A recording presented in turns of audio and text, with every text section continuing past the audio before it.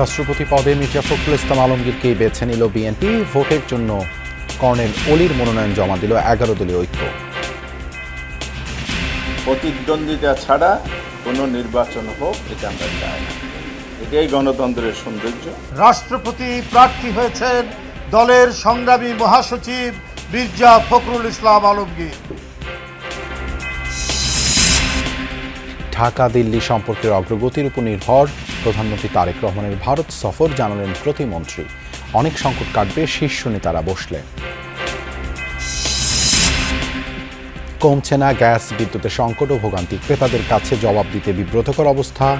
অভিযোগ রপ্তানিকারকদের দ্রুত সমাধান নেই, বললেন মন্ত্রী। বাংলাদেশের যে শক্তি, যে গার্মেন্টস ইন্ডাস্ট্রি এবং টেক্সটাইল ইন্ডাস্ট্রি, এই অর্ডারগুলি এখন শিফট হচ্ছে ইন্ডিয়াতে, ভিয়েতনামে। এখন শুধু আমাকে দিন গোনা ছাড়া আর ওই যে ইঞ্জিনিয়াররা কাজ করছে অফিসারতে, এটা করা ছাড়া আমার কিছু নাই, আর কিছু ম্যানেজমেন্ট করা হয়।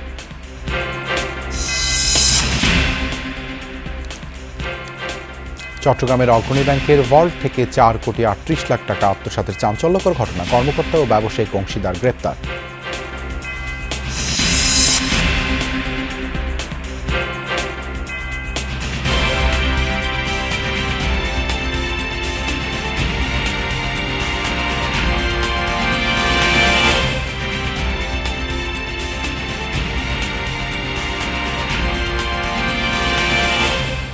আমন্ত্রণ যমুনা নিউজে আপনাদের সঙ্গে আছি দেবাশিস রঞ্জন সরকার। এতক্ষণ শিরোনাম দেখছিলেন। বিএনপি থেকে মির্জা ফখরুল ইসলাম আলমগীর আর 11 দলীয় ঐক্যের প্রেসিডেন্ট প্রার্থী অবসরপ্রাপ্ত কর্নেল অলি আহমদ। শেষ দিনে রাষ্ট্রপতি নির্বাচনে সরকারি ও বিরোধী দলের পক্ষ থেকে এই দুজনের মনোনয়ন ফর্ম জমা দেওয়া হয়েছে ইসিতে। এ সময় জামায়াতে ইসলামীর সহকারী সেক্রেটারি জেনারেল হামিদুর রহমান আজাদ বলেন, অধ্যাদেশ জারির মাধ্যমে গণভোটের রায় এখনও বাস্তবায়ন সম্ভব। জবাবে বিএনপি নেতারা জানিয়েছেন, জুলাই সনদের আদ্যোপান্ত বাস্তবায়ন করবে সরকার। সংশ্লিষ্ট সব আইন মেনে হচ্ছে রাষ্ট্রপতি নির্বাচন। আগামী 20 আগস্ট দেশের 23তম রাষ্ট্রপতি নির্বাচনকে সামনে রেখে সব ধরনের প্রস্তুতি নিচ্ছে ইসি। তফসিল অনুযায়ী বৃহস্পতিবার ছিল প্রার্থীদের মনোনয়নপত্র জমা দেওয়ার শেষ দিন। আগে থেকেই 11 দলীয় ঐক্যজোটের প্রার্থী নির্ধারণ করা হয়েছিল প্রবীণ রাজনীতিবিদ এলডিপি চেয়ারম্যান অলি আহমেদকে। এদিন জোট নেতারা নির্বাচন কর্মকর্তার কাছে জমা দেন তার মনোনয়নপত্র।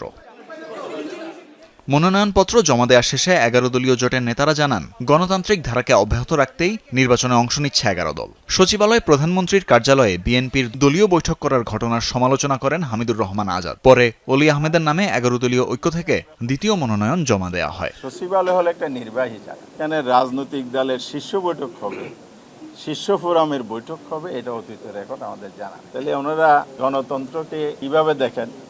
আমার দলের মতো হলে গণতন্ত্র, নাইলে আমি স্বৈরতন্ত্র। যিনি প্রস্তাবকারী ছিলেন উনি বিরোধী দলীয় প্রধান এবং বাংলাদেশ জামায়াত ইসলামের আমির ডক্টর শফিকুর রহমান। সমর্থনকারী ছিলেন আব্দুল্লাহ আল আমিন এনসিপির। অন্য কোনো কারণ নেই, শুধু আমরা আর একটা দ্বিতীয় সেট আমরা এখানে জমা দিয়েছি। এখানে প্রার্থী তো আমাদের একই প্রার্থী আছে। অন্যদিকে সব কানাঘুষার অবসান ঘটিয়ে বর্ষিয়ান রাজনীতিবিদ মির্জা ফখরুল ইসলাম আলমগীরের নামেই মনোনয়নপত্র দাখিল করে বিএনপি।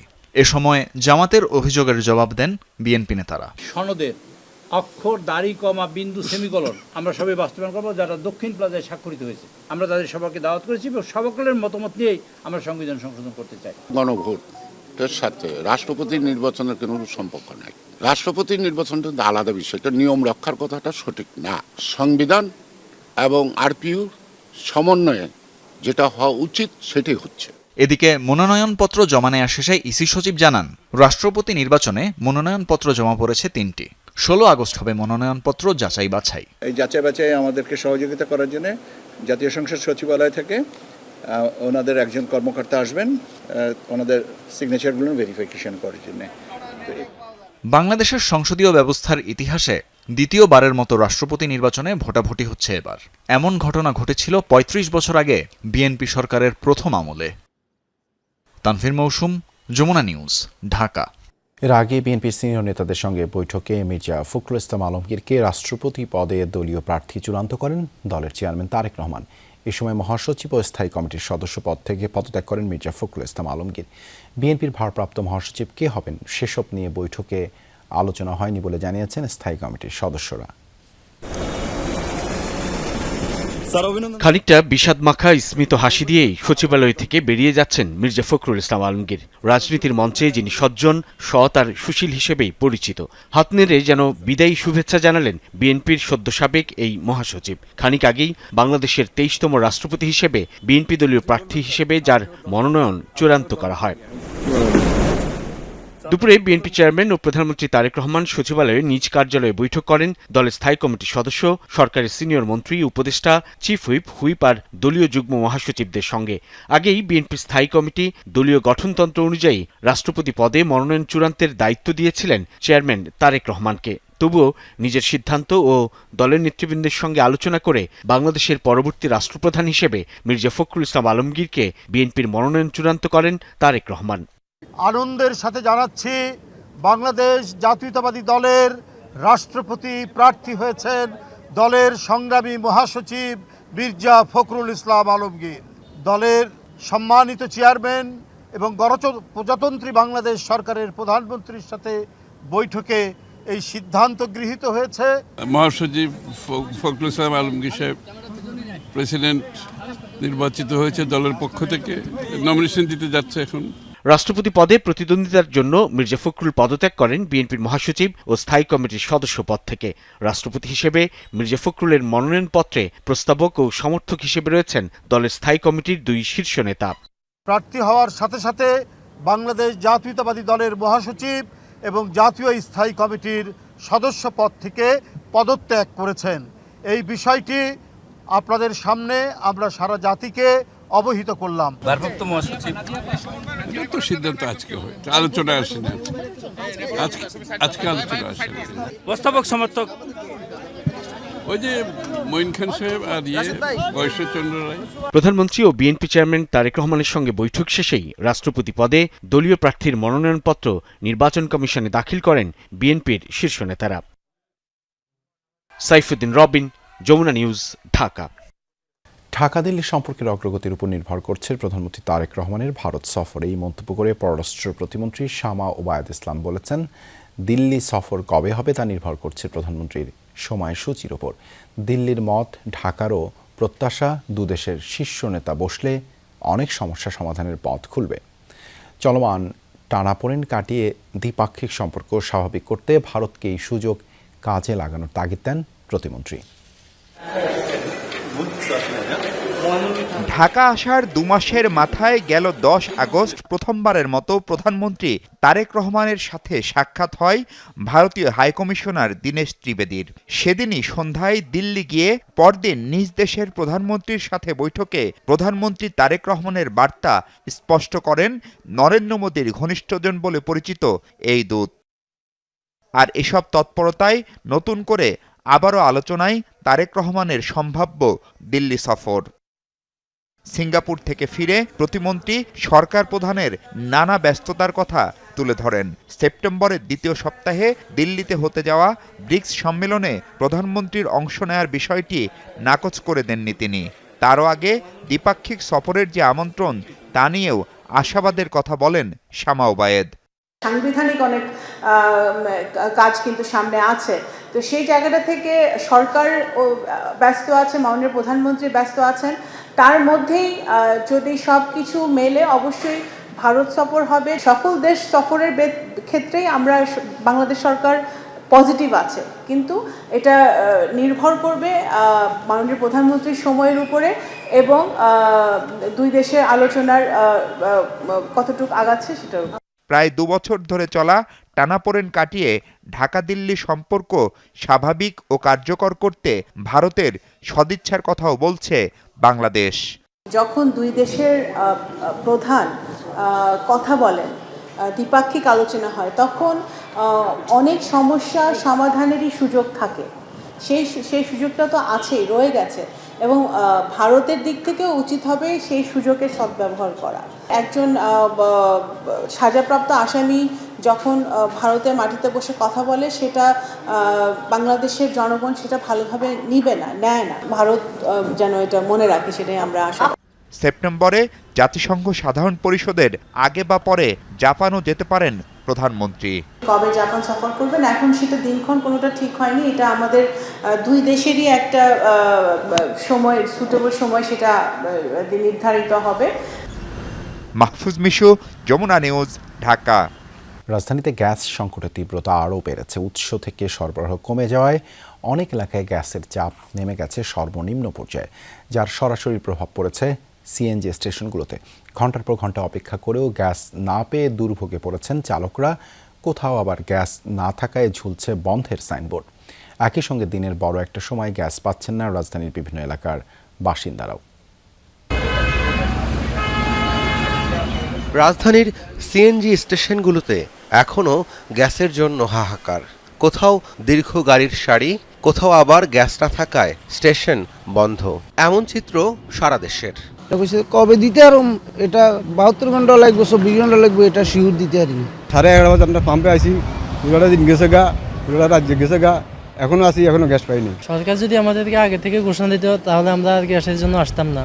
চালকদের অভিযোগ, এক স্টেশন থেকে আরেক স্টেশনে ঘুরেও মিলছে না কাঙ্ক্ষিত গ্যাস। ফলে দিনের বড় একটা সময় কেটে যাচ্ছে শুধু গ্যাসের অপেক্ষায়।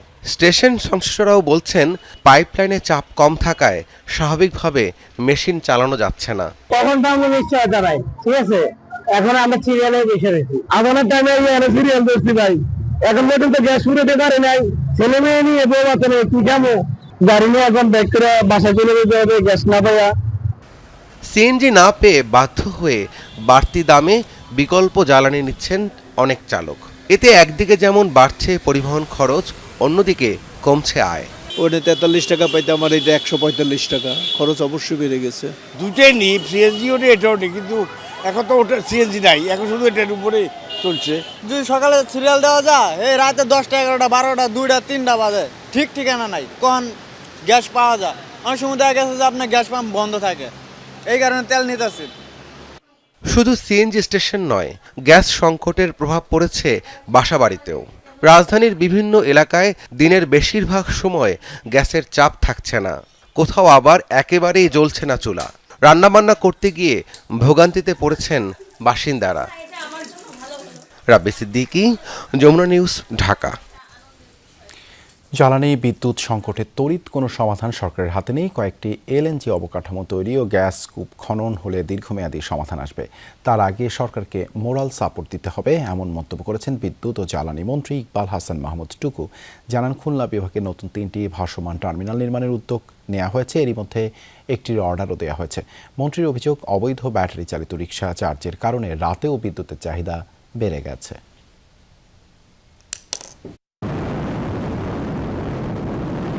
গেল 21 জুলাই থেকে গ্যাস নিয়ে বেজায় বিপদে বাংলাদেশ। মহেশখালীর একটি ভাসমান এলএনজি টার্মিনালে আগুন লাগলে বন্ধ হয়ে যায় 45 কোটি ঘনফুট সরবরাহ।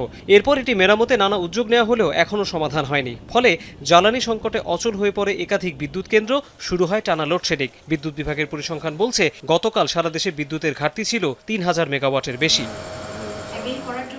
বৃহস্পতিবার জ্বালানি নিয়ে রাজধানীতে সিপিডির সেমিনারে উঠে আসে সংকটের প্রসঙ্গ। গবেষকরা বলেন, স্পট মার্কেট থেকে এলএনজি কিনে বিপদ বাড়ছে, ভর্তুকি বেড়ে দাঁড়িয়েছে 16,500 কোটি টাকায়, যার লক্ষ্যের প্রায় 3 গুণ। 2031 সালের মধ্যে নতুন কোনো কূপ আবিষ্কার না হলে ফুরিয়ে যেতে পারে গ্যাসের মজুত। আর্থিক সীমাবদ্ধতা আছে, কিন্তু প্রযুক্তিগত সীমাবদ্ধতাও আছে। এমনকি দেখেন যে আমাদের যে এই বিদ্যুৎ এবং জ্বালানি বিষয়ক যে পরিকল্পনাটা করা হয়, স্ট্র্যাটেজিটা, সেটার জন্য কিন্তু আমাদের বিদেশি কনসালটেন্ট রাখতে হবে, বিদেশি প্রতিষ্ঠানকে। তো এই সক্ষমতাটা আমরা গড়ে তুলতে পারিনি এত বছরে। এ সময় জ্বালানি ব্যবস্থাপনা ও নীতি নিয়ে সরকারের সমালোচনা করেন বক্তারা। ব্যবসায়ীরা বলেন, জ্বালানি সংকট নিয়ে আন্তর্জাতিক ক্রেতাদের জবাব দিতে হচ্ছে। ইন্ডিয়া মিডিয়াতেও কিন্তু ফলাও আকারে বলা হচ্ছে যে বাংলাদেশের সিভিয়ার ক্রাইসিস এনার্জি, এবং এই এনার্জি ক্রাইসিসের জন্য বাংলাদেশ থেকে বাংলাদেশের যে শক্তি, যে গার্মেন্টস ইন্ডাস্ট্রি এবং টেক্সটাইল ইন্ডাস্ট্রি, এই অর্ডারগুলি এখন শিফট করছে ইন্ডিয়াতে, ভিয়েতনামে। এই যে মেসেজগুলি যে যায়, এটা কিন্তু আমাদের জন্য একটা বিরাট ক্ষতি। সাউথ কোরিয়া যদি 1000 কিলো পার পার্সন পার ক্যাপিটা করতে পারে, বাংলাদেশ এখানে ক্লিন কোল, আমি বারে বারে বলছি ক্লিন কোল, এখানে এক্সট্রাকশনের একটা প্রশ্ন আছে, ওপেন পিট ভার্সেস ক্লোজ পিট, সেটা নিয়ে আলাপ হতে পারে।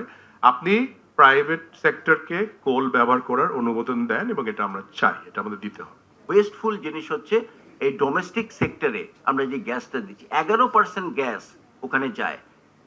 এবং ওদের ইনসাইডার আমাকে বলেছে এটা 5-6%-এর বেশি। কিছু সাকিব খান বলে গেল না 8 থেকে 9%, it is much more than that.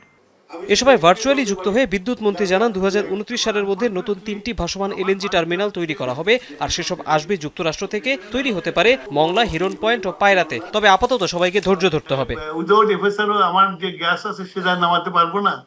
এখন শুধু আমাকে দিন গোনা ছাড়া আর ওই যে ইঞ্জিনিয়াররা কাজ করছে এফএসআরতে, এটা করা ছাড়া আমার কিছু নাই। আর কিছু ম্যানেজমেন্ট করা আর কি, যাতে কম লোডশেডিং হয়, যাতে আমি ইন্ডাস্ট্রিকে গ্যাসটা দিতে পারি, এই ম্যানেজমেন্টটা করা। এছাড়া আপনিই বলেন আমার হাতে আর কি থাকতে পারে। মন্ত্রী জানান সরকার এসেই বাপেক্সকে শক্তিশালী করার উদ্যোগ নিয়েছে। এরই মধ্যে কেনা হয়েছে 2টি রিগ। তৌহিদ হোসেন, যমুনা নিউজ, ঢাকা। চট্টগ্রামে অগ্রণী ব্যাংকের একটি শাখার ভল্ট থেকে 4 কোটি 38 লাখ টাকার বেশি আত্মসাতের চাঞ্চল্যকর ঘটনা ঘটেছে। ঘটনায় ভল্টের দায়িত্বপ্রাপ্ত কর্মকর্তা ও তার ব্যবসায়িক অংশীদারকে গ্রেপ্তার করেছে পুলিশ। দায়িত্ব অবহেলার দায়ে সাময়িক বরখাস্ত হয়েছেন অপর 2 কর্মকর্তা।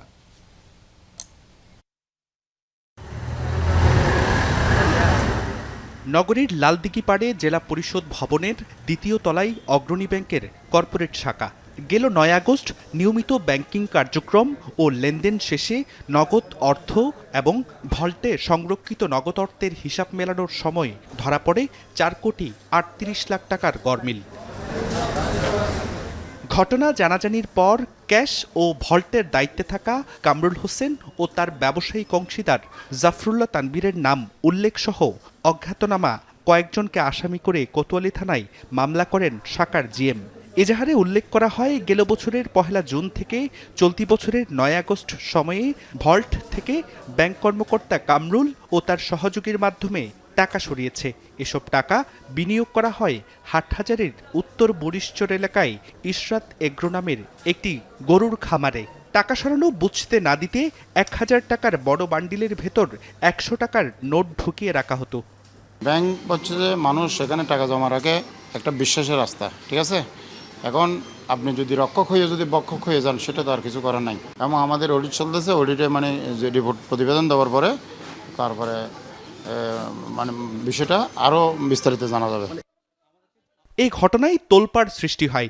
ব্যাংকটিতে গিয়ে দেখা যায় কর্মকর্তারা কেউ অফিস করছেন না, চলছে অভ্যন্তরীণ অডিট। অর্থ আত্মসাতের ঘটনায় উদ্বেগ প্রকাশ করেন সাধারণ গ্রাহকরা। পাবলিক ব্যাংক এগুলো এই ধরনের চুরি ডাকাতি আমরা দেখি নাই।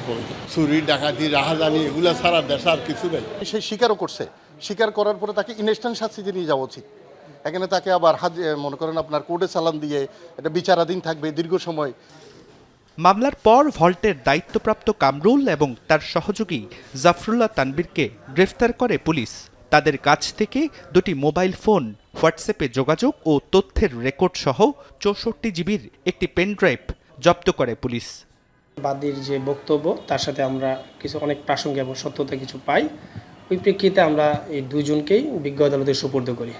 বিজ্ঞ আদালতে তারা 2 জনই দোষীদের প্রতি জবানবন্দি দিয়েছে। সিসি ক্যামেরা ফুটেজ একটা সমসাপেক্ষ ব্যাপার এবং বাকিগুলো প্রত্যেকটা ব্যক্তিকে আমাদের জিজ্ঞাসাবাদ করতে হবে।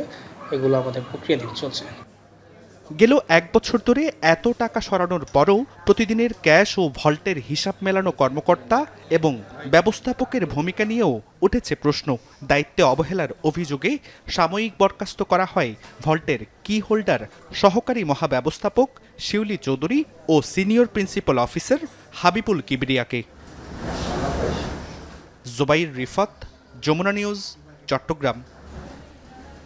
এই ছিল যমুনা নিউজে। এতক্ষণ সাথে থাকার জন্য ধন্যবাদ সবাইকে।